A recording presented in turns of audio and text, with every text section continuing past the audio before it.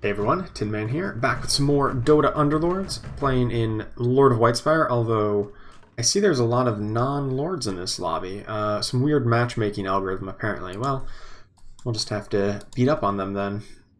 Possibly due to like some people like queuing together. There's at least one player, at least quite a bit above me, Cormac here, so well, we'll see how this goes. I'm going to start off here with Razor. I think he goes really well into a lot of the current meta strategies. Enchantress is also a consideration. Enchantress, well, Savages in particular are very popular right now. And, you know, I don't see anybody else. I guess one person's picking up Tusk. You know what? I actually want to try Enchantress more than I want to try Razor. And we'll pick up Embarrassment of Riches. I typically will pick like Chainmail over Embarrassment of Riches nowadays, but pretty much nothing else. On round 1, that is. On later rounds, I'm a little bit less inclined to pick up Embarrassment of Riches. Okay, so here we get the option of Pudge or Queen of Pain. I think are the best two options because they're the 2 cost units, they have the highest upside, and the other 3 1-cost units are a little bit lackluster. I'm going to start with Pudge just because Pudge actually pairs well with Enchantress. Enchantress is kind of like a backline damage dealer, especially with the other Savages, and we kind of need some frontline. And their natural pairing, if you go later into the game into this kind of 4-cost good stuff kind of build, Pudge is one of the good warriors, and while Enchantress doesn't stay in that build, she helps to build towards it because you want to pick up things like Venomancer, Lone Druid, and things along those lines that kind of make sense to start out with an Enchantress. Here, I'm not thrilled about any of these options. I guess I'm going to just pick up Aegis. Bladestone was probably the second best option, but I think it was a pretty distant second. Here, I think we definitely want to pick up Tusk and Slarder, and then we get like a 3-warrior build right off the bat. Doesn't really matter, it's the creep round how we play this, but we also have the Savage available now. But 3 warriors and the Savage available is a pretty decent start, even if we don't have any of them paired up or level 2 yet. They are very strong. It's a very strong build, so maybe we'll go in that direction. Let's take a look around the rest of the board. We've got one person on 2-star Bloodseeker, but no other 2 stars. Some pairs of Timber Saws, so probably looking to avoid Scrappy if some other people are going to be playing it. And even 4 options here, we don't get another tier 2 unit, or tier 2 item, sorry. So, alright, I'll pick up Chainmail. That's my top pick out of the tier 1 items nowadays, so pretty happy with it. Ooh, another Slarder. And how do I want to spend the rest of my gold? Either on Tiny plus like Drow Ranger for the Heartless, or just a Queen of Pain.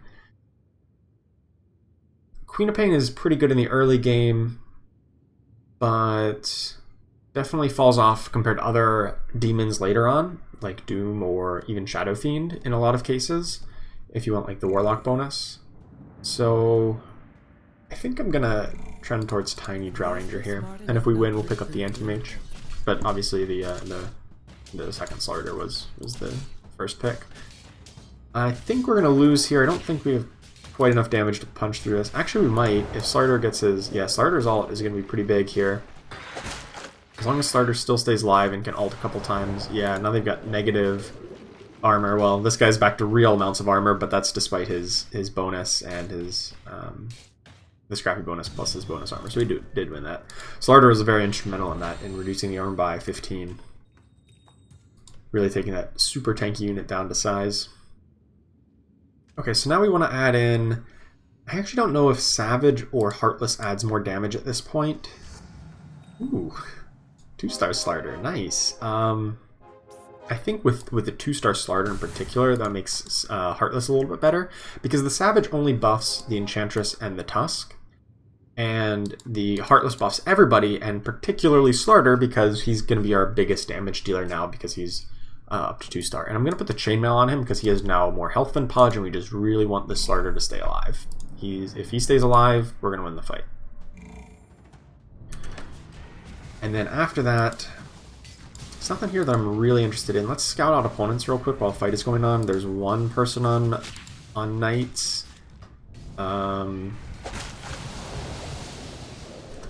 I guess it probably doesn't hurt to buy both these. Yeah, I don't think Sardar's going to make it. He's going to deal lots of damage, but not quite enough. Oh, and there's another Eidolon. Wait, we don't take any damage, though. I'm actually going to sell off the anti-mage to buy both knights, I think. Just to hedge towards knights. But we take 0 damage because we killed all their real units. And that means we get a free reroll without taking any damage. That's pretty nice.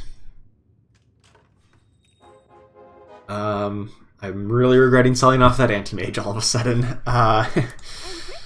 Well, I'll pick up the second Enchantress, and, you know, I'll pick up the pairs here, and then I want to just use my reroll, and then we see a lot of things that we want. I just wanted to use it in case we found, like, Enchantress to 2-star or something. What do we do about this? Well, I don't necessarily think I want Tiny in the direction that we're going. But I'm definitely not going to get up to 6 gold to buy these other 3. You know, there's a couple people going towards knights, and I'm not even a big fan of knights nowadays.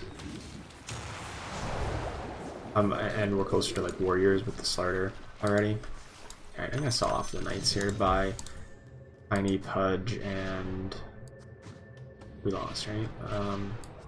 I'll buy a pair of Witch Doctors. I know Witch Doctor's typically like a knight's unit, but he's pretty reasonable just a 2-star just on his own. And yeah, now we get the Luna. Even though Witch Doctor is reasonable and 2-star, I still rather grab interest here, so I think I'm going to get rid of him and the Anti-Mage. It really sucks that we're selling off so many of these pairs that we've had. Like, we could have had a pair of Luna, a pair of Anti-Mage, a pair of Witch Doctors, but I think in the direction we're going this makes sense. I'm actually kind of interested in Slark as well. This time we're not using the free reroll because we do want to grab interest and I don't want to have to spend money. But I want to wait till interest locks in and then buy a couple units. We're gonna... oh, we're gonna win this. I think we get honor. Why didn't... Starter just couldn't stop casting to kill off that Bloodseeker. He just turned and killed that Bloodseeker. He would have taken so much less damage. I think we still win this though. Nice. So we don't need to use the free reroll just yet. Although we would blacklist a lot of these things that we don't really want. But I'm not going to use it right now. I'm just going to pick up the Morphling, which we could use with Tiny if we go in that direction and get like some early assassins. But we've passed up on so many Queen of Pains that I'm not really inclined to. There is an Enchantress, which is pretty nice, and I think that shifts the balance back towards playing Enchantress for the Savage bonus. And what else? I'll probably just wait for interest to lock in and then buy Queen of Pain, I guess. I'm not really interested in Beastmaster. It's a little bit late to try to get Brownies going here. No way they beat us. Unless we just got gifted like a full 2-star Beastmaster in one pack, or 2-star Juggernaut.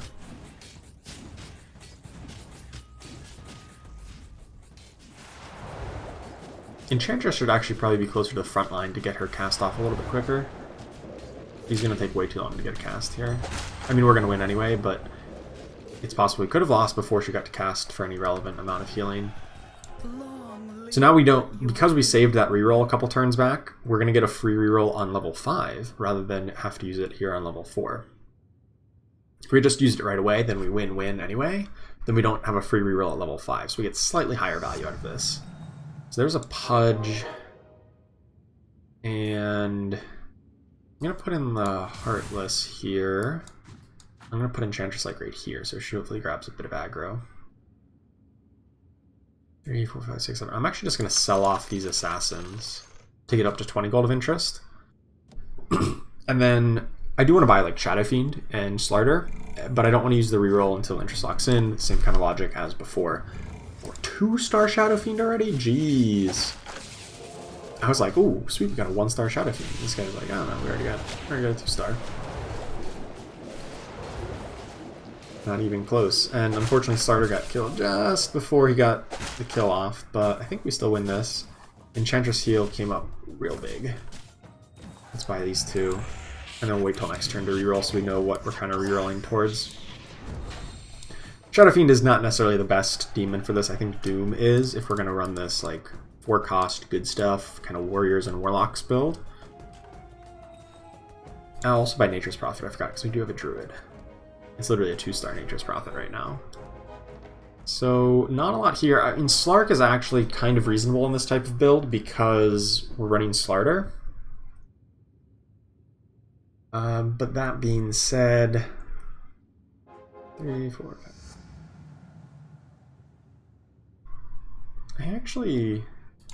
I kind of just want to sell off for interest here. Is that wrong?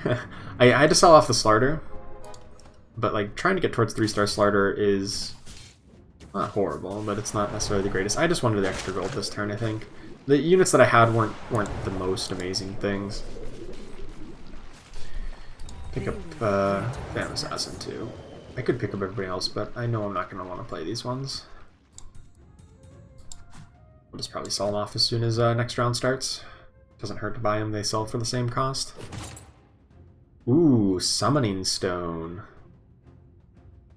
We don't really have any summons yet, but we could certainly get some. And the other options are like kind of middling. So yeah, we'll pick up Summoning Stone. And that's why we pick up Phantom Assassin. Very nice. Alright, I'm going to play a 2-star Phantom Assassin here, probably over the Heartless buff. And 3, 4, 5, 6, 7, 8. Sell off the Slark. We've just had like this on-off affair with Slark, and I'm still not using the reroll because it never makes sense because I'm right at interest thresholds, and like I want to use it when I would naturally want to reroll anyway, when I've got nothing and I have some extra gold to spend, and you know, preferably I've got 5 units that I don't want so that I have good like blacklisting options. I don't really think I want to stay with Phantom Assassin long term. I think we're going to want to cut Phantom Assassin by the time we get to like around 20, 25-ish in that range, but a 2-star Phantom Assassin right now is just really strong, and I'm not gonna say no to it. Even if it's maybe not, we're not gonna like go full assassins later on. I'm just in the business of playing any good unit that I can find here. And once again, we're at a good interest threshold, like I really don't want to spend anything. I think I'm going to level up next turn, and like we might carry this free reroll over to level 6. Excuse me. I think that's the good plan. Buy the Slarter and Shadow Fiend here after interest locks, then pump 5 gold into level, and then next round we see what we get and then reroll. Because that's when we start getting the chances of finding the tier 4 units, which the kind of warriors, warlock build is kind of built around. Warrior, Warlock, and Savages. We're really looking for things that summon as well. Venomancer, Lycan, Lone Druid, and Arc Warden specifically. Arc Warden would be a really big pickup. I think we're going to lose this here, actually. Yeah, we do. Ooh. Just barely, but we do. So, I guess I got to use the reroll right now. I guess Nature's Prophet could work too. Pump 5 gold in towards level. Yeah, that's unfortunate. I thought we would win that one, but they've got a really good build as well. Oh well. There's an Alchemist. That's a great Warlock. Do I want that right now, or do I want like Nature's Prophet for this turn? I think I want Nature's Prophet for this turn. And then I actually don't even think I want Shadow Fiend because I want Doom. And I probably don't want Draw Rangers either. We can get like Necrophos eventually, right? To get our 2 Warlocks, Alchemist and Necrophos are like the 2 best ones. So I'd really just get up to interest here, and then buy these units after interest locks in, and then we can use our free reroll right before we're about to lose. Are we about to lose this round? No, I think we're good. Because Nature's Prophet makes pretty tanky treants, pumping out 750 extra health. Yep. We'll probably reroll next turn. Just because of the Summoning Stone. That's why we picked up the Nature's Prophet. Typically, he's not a very good unit. But with Summoning Stone, he becomes very reasonable in this kind of round 10 to 15 or 10 to 20 range, really. And if we can get him a 2-star, that'd be even greater. Alright, we don't even have a 2-star Tusk yet. I didn't realize that. Okay, nothing here I really want, so I'm going to use my reroll.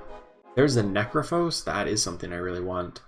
So actually, I think I just want to like swap in the warlocks, because I get warlock and I get heartless here, as opposed to savage and druid. I think that's correct. I think that's slightly stronger, because these are also stronger individual units. Like Necrophos is even 1 star is better than Enchantress 1 star or 2 star, and Alchemist 2 star has like the same health and tankiness as Nature's Prophet, but then he's got the healing and the damage and armor shred. Healing because of the warlock bonus. So I think you just like comparing 1-to-1, this is the correct pickup, or the correct usage here. Uh-oh. Yes! Oh, the lucky crits! 50 health and 2 health on Pudge. Oh boy. That is close. Ugh, I was really afraid we weren't going to get that. 2 health on Pudge, though. That was a good one. Alright, so I think we're doing pretty reasonably here. There's a Tidehunter and a Pudge. Good stuff. I'm going to sell off the Nature's Prophet. And, you know, I think we're not going to play Slark. We're going to play Tidehunter and Slarter if we want to get the scaled bonus. I'll wait till Indra's locks in, because I don't want to sell off the Enchantress just yet. Because if we find Lone Druid, then perhaps it makes sense to play Lone Druid and Enchantress, because it would get 2-star Lone Druid, which is quite strong. And we're progressing towards 3-star Slarter. Typically I like to cut Slarter later on, but a 3-star Slarter would be quite good. But if he's only going to stay 2-star, then we're kind of looking to replace him with like Medusa in the very late game or something along those lines. Looking to replace Tusk since we don't have any Savages right now. Don't want to pick up Dawning of Restore. We do not want that to happen. I guess like Helm of the Undying or Blink Dagger or Target Buddy. I think probably Helm of the Undying's maybe a touch better on like our high damage dealer like Phantom Assassin right now. Don't really want dragons, but I will pick them up just because it doesn't hurt to, and I'm not going to like reroll. It doesn't cost me interest here. Really looking to try to find like Arc Warden, right? Arc Warden or Lone Druid I think would be good because we want to make use of the Summoning Stone we picked up. So those are kind of the higher priority picks right now. I'm going to pump in the 15 gold here to level up next turn, going in round 17, so that we'll have the 15% chance at finding these 4-cost units, which will obviously be very good if we can find things like Doom and Lone Druid and all the Arc Warden. Just everything that we want in this build is mostly 4-cost. Outside of like Pudge and Slarter, I guess. And then we'll look to start replacing things like Phantom Assassin, Tusk, as well as we'll get another unit in there. So, what unit do I add in right now, though? I guess Enchantress? Because like 1-star Tidehunter is pretty bad. There's a Doom. Okay, so Doom's going to go in over Tusk, and that makes Enchantress a lot worse. I'm going to sell off these dragons because we don't really want to go dragons. Now maybe I do just do this if we're not going to get like 1-star Tidehunter is like not a good unit, but it does give me scaled, and he's kind of tanky. And I just kind of looked, and there are a couple people on this mages build that are like right still in the thick of things, so I figured the mage buff would not be, or the scaled buff rather, would not be irrelevant, even if it's not really strong. It's probably fine.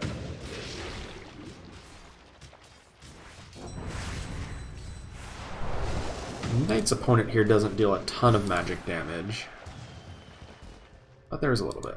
So, got the win. That's good. On a very, very good winning streak. I'm going to pick up Lycan here, although I don't really see how we're going to fit him into the build. Because right now, what am I looking at? I need to replace Phantom Assassin with, like, Arc Warden. Right? And, like, that's... And then what? Then I kind of have the other alliances kind of squared away. I guess then I can throw in some of the summoned units. I mean, Arc Warden, Lycan, Lone Druid if we find it. Probably not Tusk. So he just doesn't do a lot for us, you know? Not compared to a summoning Savage. Oh, Venomancer. We haven't even seen a single, like, 1-star Venomancer, have we? I don't think we have. So I'm just gonna clear up some bench space here, because I know we're not gonna play Tusk. And we're looking towards 2-star on these ones. Probably not Enchantress. We would probably just play like a 2-star Lone Druid and just not try to get up to 4 Savages. Like if we get up to 2 Savages, that'll be a lot. There's another Slarter, so that'll be a good unit if we just want to put it in as just a standalone, because he actually deals pretty good chunks of damage. Second most behind Phantom Assassin. Phantom Assassin's doing a lot of work. I guess I didn't realize how... I mean, that was a really good pickup because this build is very tanky right now. It doesn't really have a lot of damage output. And having something like Phantom Assassin who can actually deal big chunks of damage is pretty helpful. At least until we get like Arc Warden, and then he'll be a big carry. Or until we get like a Troll Warlord or something along those lines. Once we get to those units, then it can be... I think we're going to lose here. I think we're going to lose because our Warlocks never got their cast up. Oh no, we're going to win. Okay, they fell down on damage. Our Warlocks didn't really get their casts off, and I guess our scaled bonus was pretty useful. But like, Alchemist got silenced and then killed, and Necrophos got doomed, so we had basically 0 healing. 4. I don't even know how he got 4 healing. What could possibly heal him for 4?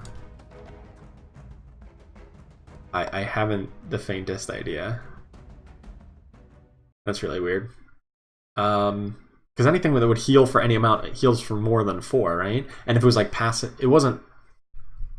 Does this come with regen? This doesn't have regen on it. I don't... He never even cast it, right? You know, I have no idea. No idea, but I'm just going to pump my gold into leveling up here. We'll still have plenty of gold to start rerolling here at level 8, which is kind of the optimal time to start rerolling. That's when you hit a good balance between good level ups to get higher percentage, and you don't need to spend too much gold to level to 8. Whereas, like, I could level to 9 and get higher odds on tier 4, but that costs so much to get up to level 9. So I think we're just going to sit here at 8 until we kind of get our board 2-starred out and kind of squared away here. Once again, I'll pick up Dragon Knight, although I'm almost certainly not going to play him. Man, not the greatest items here. I guess Brooch? Mechanism? I don't like Mechanism a lot. You know, Brooch is fine. It's fine on Necrophos. He wants to cast a lot. There's the Arc Warden, and there's 2 of them. And a Lone Druid. Oh my goodness. What a lucky pack here. So I think this still makes sense as is. This build. And we'll just look to try to incorporate these other units in. Even a 1-star Arc Warden does a lot, even if we don't have a good item for him. But the Summoning Stone helps a lot. Never again. Opponent here with many Morphlings. They have a 2-star Morphling and then 2 1-star Morphlings. That's odd, to say the least. They also have a Lich, which is pretty impressive. I don't know if they got to level 8 earlier than this turn. I didn't watch them that closely. But if they just got to level 8 and then already pulled a Lich, that's pretty lucky. So once we get to 2-star and Arc Warden Lone Druid, we can replace the Phantom Assassin, probably with the Lone Druid. And probably not going to play the other ones. There's the Arc Warden. Oh man. All luck, no skill. Oh no, sorry, the other way around. All skill, no luck. For a second there was talking trash on myself. Alright, I'm just going to sell these off to get back up to 50. I would definitely, I mean, I would love to play a second Arc Warden 2-star if we find it over the Phantom Assassin. Actually, is it just better than... Is a 1-star better than the Phantom Assassin? Probably not, right? I don't actually know for sure. Without an item, almost certainly not. Because I wouldn't have a good item to put on him. Yeah, like the Phantom Assassin is like pulling even with the 2-star Arc Warden, whereas like a 1-star Arc Warden does approximately half of Phantom of that damage. So I'm kind of liking this Phantom Assassin deal. There's a Necrophos. There's a Medusa. Oh, does that? We don't need Slarder for. We don't really need him at all. We don't need him for Warrior or Scaled. We can use Medusa, and then her with a Voidstone, or sorry, Brooch of the Aggressor. Pretty powerful. I don't think I really want to go up to 4 Scaled, because it's pretty weak. 4 Scaled buff is. It doesn't quite do as much as you'd like it to. Either in the ace of scaled effects or in terms of the magic damage resistance. It's not quite as big as you'd like it to be. Or as you'd think. Alright, Arc Warden, you got this, buddy. I think he does got this. Nice! Man, we are on a good hot streak here. And we still have a lot of things to get leveled up. Yeah, Arc Warden does a lot of good work here. Still want to reroll quite a bit here. I'll hold on to the option of going towards Slarder, just because, I mean, if we get a 3-star Slarder, like, I'm gonna play it, I think. I really don't even want to buy Pudge. I don't have bench space for him. Yeah, I think we're just gonna sell him off here. And once we get a 2-star Lone Druid or Arc Warden, we can replace the Phantom Assassin. I want to buy this Doom and the Alchemist, but I don't have bench space right now. So that's why I'm waiting till next turn, so that I can kind of utilize the board and then reroll a bunch more next turn, and hopefully find it, or hopefully find more upgrades to kind of condense my bench at that point. I just don't want to keep on rerolling down more and more this turn, because I'm running out of time and running out of gold. Or I'd be going lower on gold. We're going to lose this round. This will be our first loss in quite a while, but it's going to be a close one, so I'm not thinking, oh my god, the sky's falling, our build's bad. Because we're also really close to a lot of upgrades. A 3-star Slarder would definitely be better than the Phantom Assassin. I think that's pretty clear. He'd also get the Retaliate, even if we never get up to 4 scaled. A 3-star Slarder would still be good. There's the Alchemist. There's the Lone Druid. And alright, I'm just going to replace Phantom Assassin now. Also selling up to grab interest. It's a creep round, so I don't want to roll too much. Just put that on Doom. And things are looking good. This kind of 4-cost good stuff build. We never really found Kunkka, but that's okay. You don't need Kunkka because you have 3 other warriors. And yeah, just run 4 costs, and they're all good. Get them to 2-star, and you're good to go. Medusa helps too.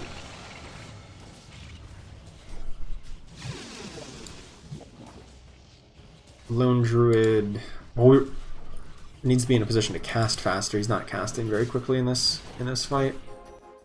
The bear is really good just because we have the Summoning Stone. That's the main reason we're looking towards Lone Druid. Really want to get a good item for Arc Warden. That is top priority on this round here. And honestly, I'm kind of okay to cut Lone Druid at some point if we need to put in a 3-star Slarder or Arc Warden. There's a Moon Shard. That's a pretty good one for Arc Warden. I thought about Skull Basher, but I think the Moon Shard is definitely better. There's the Slarder. Okay. Well, Slarder's also really good with a Mask of Madness, because his cast is like, it's fine, but it takes him away from attacking. And you'd much rather have him attacking for 340 as fast as possible. So, I'm actually going to move this Chainmail over to Slarder just to make him like a tanky juggernaut. And I think we're just going to level up. Like, I mean, I could have done it this turn. If we've got an Enigma, Enigma's a thing we really want to pick up if possible. Because Enigma's so good with the Ace of Shaman bonus, especially in this build because you have Tidehunter, whose stun now also burns their mana. because of the Ace of Shaman bonus. They'll be CC'd and then they're stunned, as well as the Medusa stun. If we had Kunkka, it would go really well. So all those things are good options if we could get them. If we can get the Enigma as like a 9th unit here over, say, Lone Druid or Arc Warden. So arguably I could have like leveled up right now last turn to get the roll on the higher odds of finding that Enigma, and maybe I should have. I kind of hesitated there a little bit. Whatever. I'm gonna put in the Lone Druid at least until we get another 2-star Arc Warden, at which point that'll probably take precedence or Enigma over the Lone Druid, because Lone Druid's fine, but he's not necessarily the absolute be-all end-all in this build. He's a tank. His bear puts out some reasonable damage. It's fine. With the Summoning Stone, that is. I think we win this because Arc Warden just does so absurdly much damage. I guess I don't get to see the clone, but he probably has, what, like 2.25, because it's 80 and 45. I don't know how they stack exactly. If it's 2.25 attacks per second, that's a lot. There's another Arc Warden. All right. Lone Druid, you were fine, but a second Arc Warden 2-star is going to be a bit better. I'm going to kind of spread out like this so that we get... Well, I want Medusa as close to the front as possible so that her AoE stun is only 3 squares away. So if she's standing in the back, she's not going to stun everybody. So I want her close, which means I need people in front of her to keep her alive. And I want to be kind of spread like this so that hopefully Tidehunter and Alchemist get the casts off first, and then Slarter and Doom are a bit better protected. So they can... because they're a little bit squishier. Or at the very least, like, their value is not in a one-time cast. The value is in their auto attacks, the constant damage output. Uh-oh. I don't think we win this. No. That Maelstrom, though. It's close. If we could eliminate them, then we could work towards a 3-star Arc Warden. Which I'm not even sure is really that much better than 2 2-star Arc Wardens. Yeah, you clear up an extra bench spot, or an extra spot on board, but it's not necessarily the best thing. There's a Disruptor. I like Disruptor a lot, actually. How do I fit him into this? I guess I could, like, for right now, I could honestly cut Doom for him. Because we have the Warriors. We put Starter back in, so, like, Doom is great.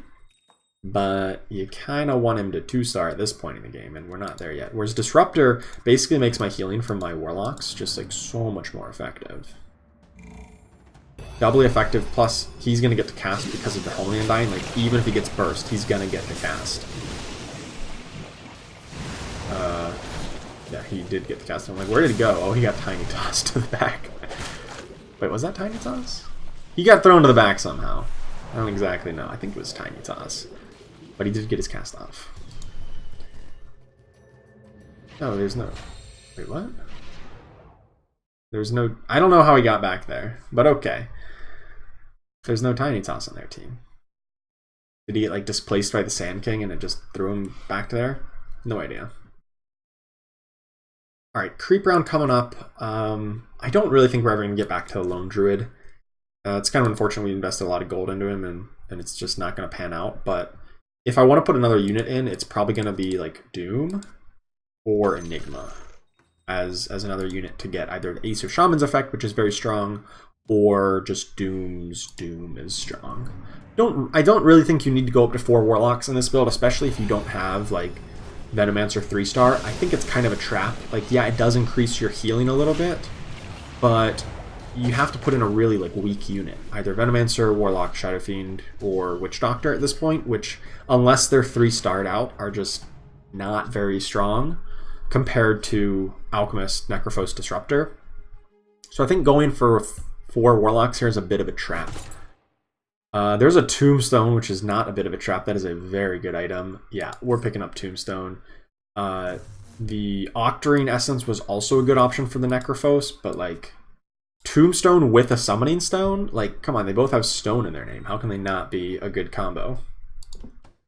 So with that in mind, we want to kind of compress into the middle here a little bit, just so we get more units inside the tombstone. Hopefully they die inside the tombstone, make some good units. Let's use our free reroll right now. I'm not really looking for another alchemist. Alchemist 3-star, not only does it not have a very big payoff, it's just not that, like, it's very expensive for what it gives you, and it's not even very likely to happen. Whereas like something like 3-star Tidehunter is a bit better. Like a bigger radius, bigger duration stun, more damage, much more tankiness. A 3-star Tidehunter is definitely worth going for. If there wasn't a tombstone there, I'd probably pick the Octarine Essence, but I was really hoping for like a Daedalus or another Moonshard to put on our second Arc Warden. That's what I was really hoping for, but Tombstone is also very good. It's honestly a little bit too strong right now in the current meta. You're seeing it's just dominating this game. Okay, we're doing so well. Like, we're going to win in like 2 turns, but I think my next goal right now is to pump up to level 10 and then throw in a second Tidehunter or Doom 2. So I'm just going to put my excess gold in 50 into that and just wait. I mean, I would bet we win the game next turn, but, you know, just in case our opponents somehow put up a bigger fight than I expect, we'll play that way. Disruptor, you literally ulted one person in the backline? Oh my goodness. What an idiot.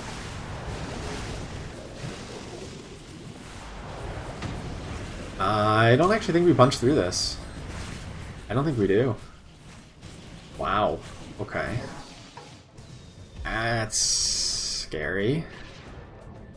And that's the last person who's left, isn't it? Yeah. Alright. Okay, so maybe we're not going to win next round, but how do we adjust against this Knights? Well, we adjust by putting in Doom. Doom's pretty good. And maybe if Disruptor, you know, casts in a reasonable spot on the board, maybe that's going to do a bit better for us. Use our free reroll. There's nothing here that I want just yet. Let's see how we line up. I want to put... Honestly, I think we just line up straight up against them. Let's find out. I don't know, maybe it's not right. Tidehunter gets taunted, but then he does get to cast, so that's fine. Medusa stun went off. Alchemist about to get another cast off. Alright, I think we get this. Yeah, the Doom helped. The Doom definitely helped. He's second most damage, plus his Doom effect cancels out some of their abilities, and Disruptor cast in a reasonable spot. Or did he? I didn't actually see where Disruptor cast. Anyway, we got the win. This is a very strong build, and I think we executed it quite well. You saw from the very beginning, I had this idea that we're going to go with a this kind of 4-cost good stuff build after finding the Slarder 2-star, because Slarder was in our build all the way up to the end. The Summoning Stone pickup probably seemed a little bit weird to some people, that, you know, oh, like he doesn't have any summon units at the time, but I kind of had this in my mind. Yep, we're going to get Arc Wardens. We're going to grab Lone Druids or Lycans if they come up as well, but Arc Warden in particular is very strong. And then just prioritize like this Warriors and Warlock thing. Summoning Stone is also good because you typically will have like Venomancer to build in this early game. I was using Enchantress, but if you have Venomancer, it's a very similar unit in that regard. So yeah, this went really well, and I think this is one of, if not the best type of build in the current meta. Certainly in like lobbies that have a lot of high Lord players. There were some non-Lord players and even some non-Big Boss players here. But in lobbies that have a lot of high Lord players, a lot of people are going off to a very similar build, because it really just is so strong come the late game. And we had a good early game to kind of bridge that gap, but it's really, really dominant in the late game. So yeah, make sure you try out this build if you're interested. It's really good, and thank you so much for watching. Make sure to like and subscribe, and I'll see you next time.